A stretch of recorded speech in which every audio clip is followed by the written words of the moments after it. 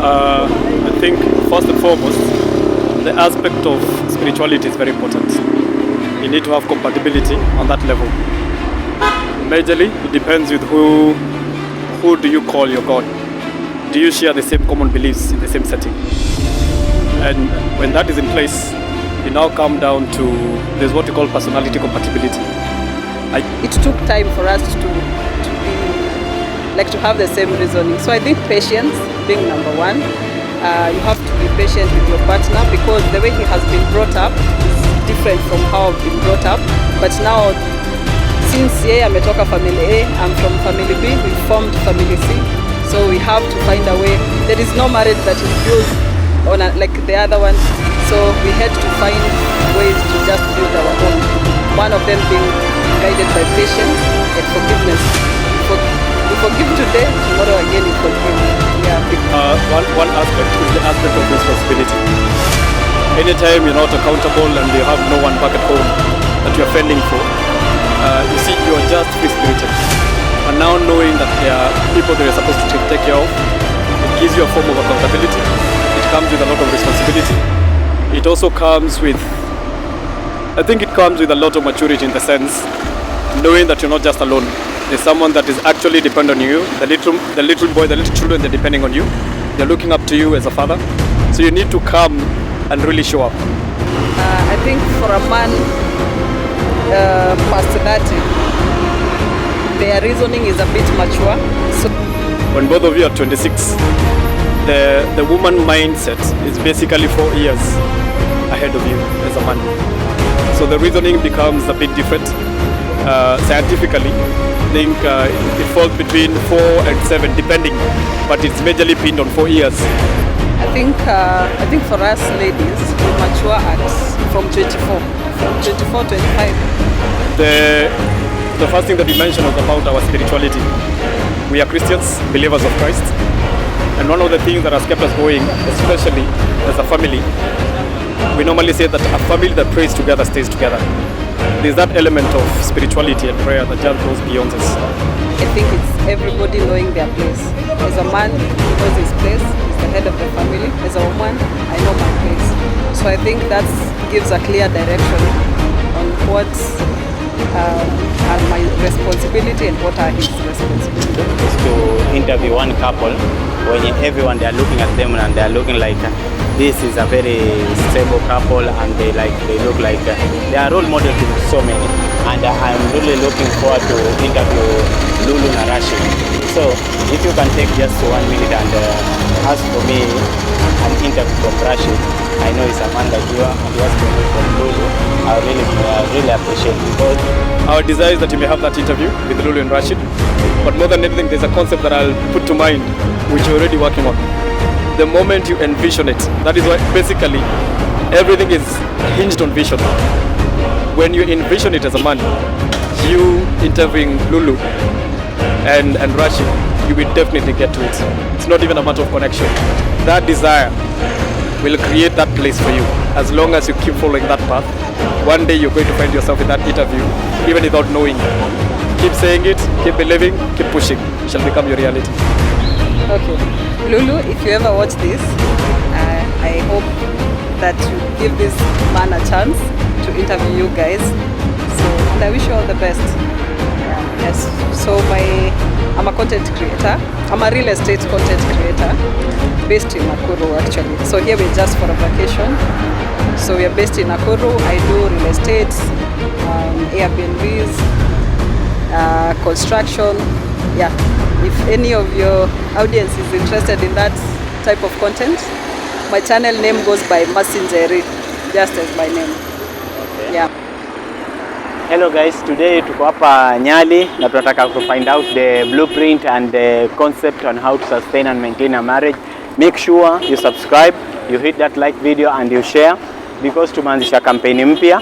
This campaign is to bring the concept of marriage into our schools. It has been notified that most of the Gen Zs and this generation, they have no idea what marriage entails. So campaign niliyoanzisha, nataka find out if people agree with me kama topic on ndoa na marriage should it be put in our syllabus as far as grade 6? Watoto waanze kufundishwa ndoa ni nini, mapenzi ni nini, wajue wakitoka shule, wakiingia kwa mahusiano wanajua tulifundishwa ndoa ni nini. There's the concept of marriage, and that is my campaign. Nitapiga hiyo campaign while hunting and wishing to get that interview from Lulu na Rashid. So stay tuned. It's going to be hot. It's going to be late. Njoo tusikize dakika moja. Vipi? Pole na kukusumbua. Dakika moja tu niwaelezee something. Mimi naitwa Osman. Pole madamu kukusumbua. Naitwa Osman. I'm a content creator and my content is majorly based on advising the younger generation how to sustain and maintain a relationship. My content came about when niliona this our generation that tuko nayo ama Gen Z, ndoa zidumu. Hata unapata tunaenda to some extent watu wanauana kwa relationship. So nikajiuliza, what is really happening? What is really wrong? Is it that during choosing the partner ndo mtu anakosea, after now wakiingia kwa hiyo ndoa, do they like they don't know how to sustain a marriage? Nikaona mbona ni stop street, nikipata watu wawili they are together, they can give one or two advice. You can enlighten one maybe boy child ile thinking yake vile alikuwa anafikiria, na madam you can enlighten that girl child, maybe you change the perception on what they think about relationship and marriage. At least it can help someone, one or two. And even you never know, even it might be your daughter or your son. As you come kwa pamoja, mnaweza nisaidia 1 minute of your time tafadhali. We just couple of questions. Tumepatana naye apiga laps. Kanibamba tu. Kama tuchape lap. She's not Kwa sema atuambie. Unajua kwa nini kwa? Na staff kwa mema hapo kwa.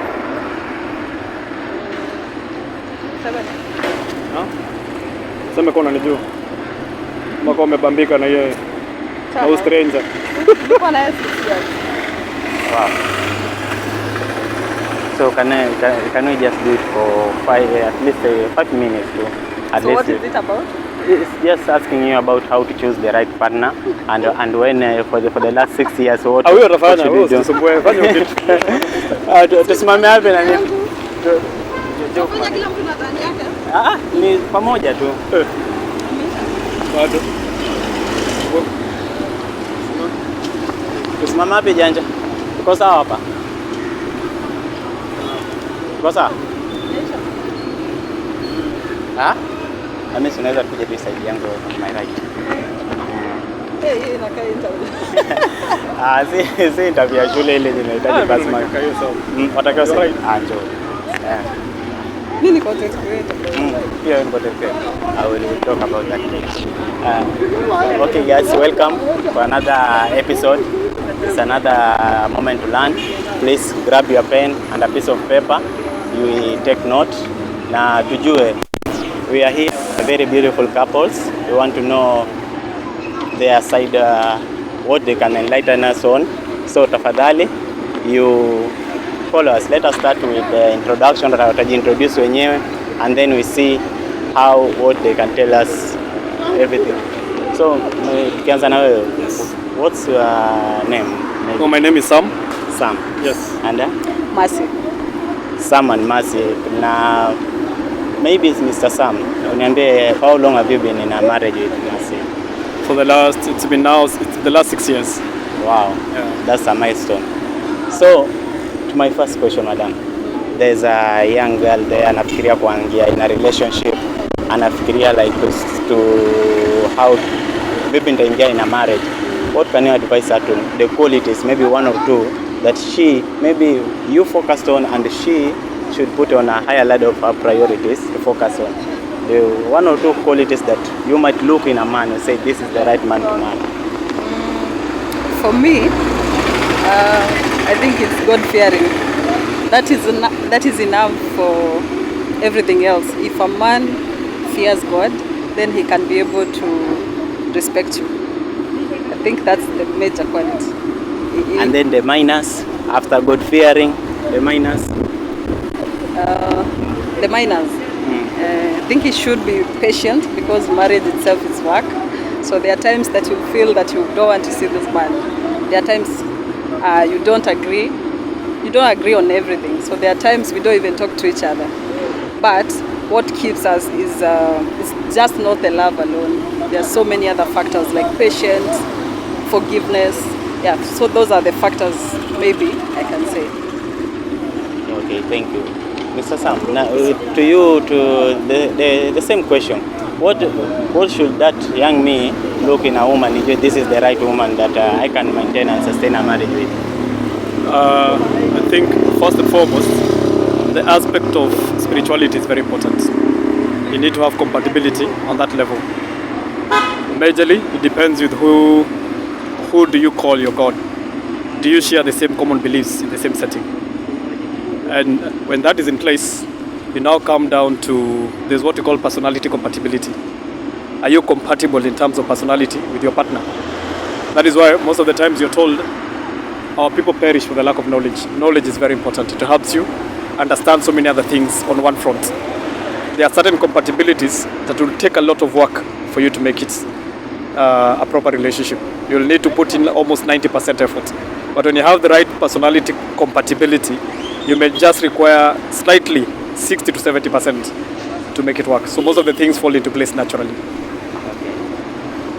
Okay, thank you. Now, Mami, what has changed since ukiangalia your girlhood, maybe before you get into marriage and now that you are in marriage? What is the one thing that has changed in you and you are sure that girl, when you get into marriage, this is what will change? Pardon? I didn't get your question. Like as in, what changed during your girlhood before getting into marriage? Now that you are into marriage, you are supposed, there are some things that changed, I'm sure. Yes. What's that one or two things that changed in you and you are sure this will change? Maybe it might be behaviors, it might be some stuff that maybe you used to do during the girls' time. Unajua mambo kama hayo. So what does things that unamprepare msichana, assuring her that this will automatically change? Okay, I think we are parents, so one major thing that really changed us is parenthood. So initially, I was just that girl who didn't have any responsibility of a child. I myself am a last born, so I didn't have a child growing up. So when the child came, it really changed a lot. The way managing time, just being by myself, everything was just about me and me and me and me alone, and just maybe him. But now when the child came, in whatever we do, even in where we live, we have to really consider the child. So that's one of the major thing, especially as a mom and as a first-time mom, that is something that I can say really changed me. So it really changes even how you think, because now you have to stop just thinking about yourself, and now you have to involve this other individual here in whatever decision that you make. Yeah, so I think that's majorly it. So let us not take this girl too far. Kuna ile like, what I want, the immediate change, you are here, you are not in a relationship, you are not in a marriage, and then all of a sudden you go to a marriage, you go into a relationship. Now before getting to motherhood, so what changed like for you to, before get that stage, paka mkazoeana mkapata mtoto? So I want that shift into girlhood to managing a marriage, because I maybe mtoto alikuja immediately or maybe tulikaa sometime. Yeah, that time when you mlikaa. So I get you. So I think you have to fight, not the physical fight, but because of the difference. Yeah, maybe he's a firstborn, I'm a lastborn. So we had that. It took time for us to be to have the same reasoning. So I think patience being number one. You have to be patient with your partner, because the way he has been brought up is different from how I've been brought up. But now, since ametoka family A, I'm from family B, we formed family C. So we have to find a way. There is no marriage that is built on like the other one. So we had to find ways to just build our own. One of them being guided by patience and forgiveness. You forgive today, tomorrow again you forgive. Yeah, before sasa tuzoeane. Thank you for that. And to you, Mr. Sam, what did you notice change in you so that you are able to sustain the marriage and everything after you moving from now a boy to a man? What changed? One aspect is the aspect of responsibility. Anytime you're not accountable and you have no one back at home, that you're fending for, you see, you're just free-spirited. But now knowing that there are people that you're supposed to take care of, it gives you a form of accountability. It comes with a lot of responsibility. It also comes with, I think it comes with a lot of maturity in the sense, knowing that you're not just alone. There's someone that is actually dependent on you. The little boy, the little children, they're depending on you. They're looking up to you as a father. So you need to come and really show up. These are things that really sober up your mind. And then the understanding that we have is that the greatest gift that has been endowed to man is to raise that little one to become a far much more better self than you. That gives yourself a proper sense of responsibility. Anytime, whether you're working, whether you're at home, you always make sure that you pass on the baton and create a better environment for the younger ones, for the ones who are coming, to make this life a better place. So, Mr. Sam, I have two questions, and for you, like, how old should I be before I start thinking of getting into a relationship, and how old should I start thinking before I get into marriage? So, I just want to see if you can give me that age. I think it is very hard to put a time frame to it. There are those who got married at a very young age of 19, 20, and it is still working for them. There are those who got married at 30s, they never lasted even a month. There are those who got married at 50, and going all the way to their 80s, their marriage still works. So I don't think you're able to really pin down a time frame. There's a time that you feel as a man you are ready. That is the day for you. It's totally different for everyone. There's one that feels they're okay at 21. Some may feel it is too early. There's another one that feels that now I'm totally okay in my 40s because I'm financially stable. There are people who wait for financial stability for them to progress. But there are so many other factors to consider while in place. But the moment you are certain in your knower, your gut feeling, that inner faith, that inner knowing that tells you this is time, everything else will align. So if age is not a factor to you, and you say there are some other, you can give other examples and other new. So what should I look like to know that this is the right time for me? Or is there a way that I think especially for a man, you need to have a very clear sense of direction. Where you're going, what you want for your family, where you want to be. Basically, we normally call it a vision. And anytime you're coming to propose to such a beautiful lady, that is the package that you normally come with. This is where I am as a young man, and this is exactly where I want to go. I may not have it all in place, but this is the plan that I have for my life. That is why most of the ladies buy into. They normally buy into your vision. It makes it very easy. When the lady finds a space in that vision, it will be very easy for her to submit. Submission does not mean that she's less powerful or a lesser being than you. She's there as a helper. So once she understands the vision, she'll be able to commit to it and submit to it, and the two of you will be able to go that journey together easily. Thank you. And to you, is age a factor for you when choosing a man? First of all, in this perspective, as a lady, how old should you be before you start thinking of getting into marriage? And how does the age of the man matters important to you before? For the age for a man? Yeah. Oh yeah, for me I think age for a man is important. That's for me though. I think for a man past 30, their reasoning is a bit mature, so he's able to buy into your vision. Like you're able to be compatible. So for me, I think as a young girl, when I was looking forward to get married, I was looking someone who was past 30. Because in my reasoning at that time, somebody below 30, I don't think, you see, for us girls, our reasoning is 7 years ahead of the men. I don't know whether you've heard that. I'm getting from you. I don't know. Okay. Yeah, so that's how. Say they're normally about when you're basically the same age with your, let's say your peers. When both of you are 26, the woman mindset is basically 4 years ahead of you as a man. So the reasoning becomes a bit different. Scientifically, I think it falls between 4 and 7, depending, but it's majorly pinned on 4 years for a woman in terms of her processing, mindset, understanding in the whole setting. If we were speaking of peers, it becomes very easy for the lady to look up to someone who's a bit older in terms of maturity and understanding. Yes, gari ninio. Ninio kwanza. Ekapos mwanzo. So, according to where we are heading with this conversation, you was telling me like age. A man should be a little bit older. Yeah, that's for me though. A man should be at least above that. If I'm 20s, yeah. I think for us ladies, we mature at from 24, 25. That's a good mature age, because there you are able to, have a mature reasoning for us women. That's my thinking though.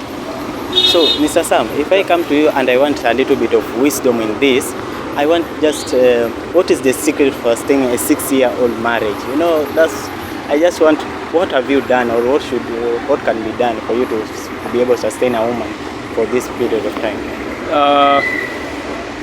Number one thing, it's not that you're uniquely different. There are people who started their relationship together with us and they are no longer together. The first thing that we mentioned was about our spirituality. We are Christians, believers of Christ. And one of the things that has kept us going, especially as a family, we normally say that a family that prays together stays together. There's that element of spirituality and prayer that just goes beyond us. It goes beyond our capabilities and capacity. There is a preservation that comes with it.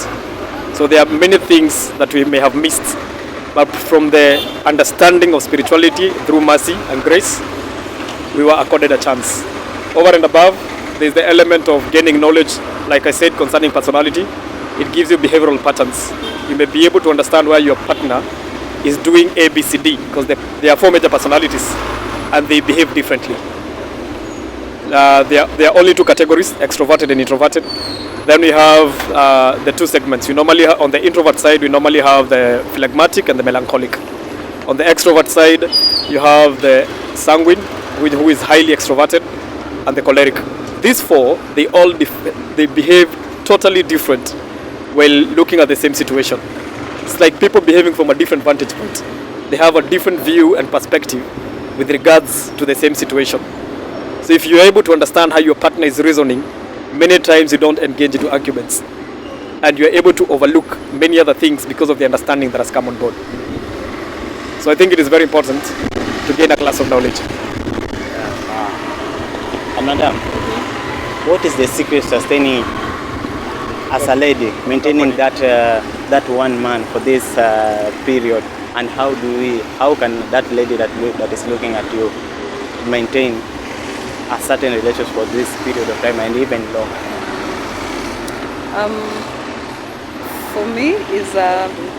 For me, I think it's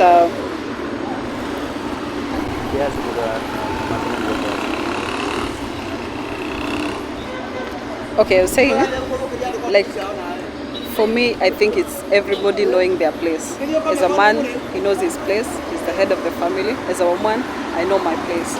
So I think that gives a clear direction on what are my responsibility and what are his responsibilities. Yeah. I have a little bit my last 2 questions, and one is actually not a question, it's a vote. I'm starting a campaign. I want a campaign marriage to be introduced in schools as a syllabus in general, because I'm looking in future kwa kutakuwa na ndoa siku hizi wanze like imekuwa like a business, imekuwa like kitu ya kuingia na kutoka. So I just want your vote, yes or no, because to me I think we should introduce the topic of marriage in schools, even far beyond, even starting from grade 6, because hawa watoto wakitoka huko nje, they should understand what they are getting into, the challenges and what they face. What do you think about my idea? Do you vote yes or no? I support 100%, majorly because I'm a student of knowledge, and knowledge puts you over so many things. Knowledge breaks superstition. When you gain knowledge, there is so much that you battle with because of ignorance. So the same setting with marriage, we are suffering so much because of what we do not know. Once you gain knowledge concerning it, it becomes very easy to tackle because you are trained. It's like right now, basically from the top of your head, when you're asked what is 1 times 1, you're able to say 1, 2 times 2, you're able to say 4. Because someone took some time to train you. So imagine you never went through school, you'll not be able to understand numbers. It will be such a big challenge. So it is the same challenge that you're facing today. It is a very noble idea. It is something that has been neglected. I think the society should take it like the bull by its horns, knowing the discord that you're having today, because most, especially children who are not functional, they are coming from families that are not working. Absentee fathers, absentee mothers, there is lack of knowledge in so many other platforms. So if our young ones are trained from an early age to understand the setting of marriage, I think we'll have a better society tomorrow. Thank you for your support. And you, madam, what do you think? Is it a yes or no? For me, it's a yes. Oh yes, because like for me, most women, especially for the young girls, they get into marriage without knowing what they are getting into. Even I myself, when I was getting married, I had very little knowledge on what is marriage. So over time, I've learned in my marriage like what is really marriage. But initially, I didn't have. I had just nilikuwa tu naona watu, so I just had the perspective of what marriage is. Yeah. So I really support it 100%. And my last play, my vision and my goal is to interview one couple when everyone they are looking at them and they are looking like this is a very stable couple, and they look like they are role model to so many. And I'm really looking forward to interview Lulu and Rashid. So if you can take just 1 minute and ask for me an interview from Rashid. I know he's a man like you, and you ask for me from Lulu. I really appreciate, because ningependa I like to know their secret and how do they maintain that that type of marriage, and to show the rest of the coming generation what they can do to sustain such a marriage. So I would really like for you to ask from me, from Rashid, appear Lulu, one party to your interview. That's my prayer. All right. So first of all, before we wind up, I'll revert the question back to you. Are you married? And I tried, it failed, and that's the concept of all this, where it came from. What was the main challenge in your marriage? What do you think you tell the people? What made it fail? To me, actually, I had so, but the family where she came from, they were so much demanding, and I could not handle it anymore. And another thing, I overlooked so many things. The ones that you've talked here and the ones that I've heard all over the I did not look at the age. She was a little bit younger, and she did not so many things made it not happen. So, and it never lasted. It took like even 3 months too. And then we started vita hivi kiongeza kujitafuta sisi kwetu na wazazi wake nao kuongeza pressure kwangu. It became unbearable. So that's my story. Are you willing to get married down the line? That's why I'm doing this. I'm looking forward. I have not given up on marriage. I believe that if I can see people like Rashid and Lulu, they are in a marriage and they can sustain, and there are people like, and when I get encouraged and see like people like you have been married for like 6 years. So how comes mimi nikashindwa? So I'm open and I'm willing. One day I'll get that woman that I'll. You will. You will definitely get there. Yeah. So, of course, we would. Our desire is that you may have that interview with Lulu and Rashid. But more than anything, there's a concept that I'll put to mind, which you're already working on. The moment you envision it, that is why basically everything is hinged on vision. When you envision it as a man, you interviewing Lulu and Rashid, you will definitely get to it. It's not even a matter of connection. That desire will create that place for you. As long as you keep following that path, one day you're going to find yourself in that interview, even without knowing. Keep saying it, keep believing, keep pushing. It shall become your reality. Thank you, man. Thank you. And you? So, like, I'm supposed to ask for me for the interview with Lulu and Rashid. But I understand Lulu is a woman like you. You can just talk to her. And one day, like Osman really needs this interview from me. Okay. Lulu, if you ever watch this, I hope that you give this man a chance to interview you guys. So, and I wish you all the best. Yeah. Thank you. Maybe you, before we wind up, umesema wewe ni content creator pia, maybe you can tell us what you do, ama you don't, you okay? Yeah, I'm okay. Yes, so I'm a content creator. I'm a real estate content creator based in Nakuru actually. So here we're just for a vacation. So we are based in Nakuru. I do real estate, Airbnbs, construction. Yeah, if any of your audience is interested in that type of content, my channel name goes by Masinjeri, just as my name. Okay. Yeah. Masinjeri. And do you have anything maybe to? Maybe just a parting shot on the same what you've been discussing. We still believe in the idea of marriage. Marriage works. It requires a lot of work for you to make it work. There are so many other factors, like you said. Just a wind up. It's all about knowledge. There is communication in marriage. There is what she says, what I hear. There is what I say and what she hears. It is very important to take that class. You also need to understand love language. There is that love language that you normally have. There is the way you understand your man or your woman. There are those who like acts of service. There are those who like words of affirmation. There are those who love gifts. And you're all different depending with the way we are socialized, and again back to our personalities. So if you're able to understand these few things, it will make it so easy for you to go forward. And especially for men, I'll still insist for you to understand your vision. Your vision is ideally the plan of your life stretched to 100 years. We live by faith. Nobody knows of tomorrow, but we hope for the best. Once you have that plan, that is the time you invite the lady in. You bring it in as a proposal. It will make it very easy for you to work it through and for her to find her place in it. She has the capacity to say yes or no, but that does not mean it is the end of you. Once a woman rejects your proposal, you move on to the next till you find the right one for you, who's going to submit to your vision, who's going to agree to your vision. It will become very easy for you to walk that journey together. Hey, thank you. And it's been really a pleasure, and I appreciate having you. Anytime. And I'm very humble. You're doing some nice work. Keep it up. Thank you. Keep up the good work.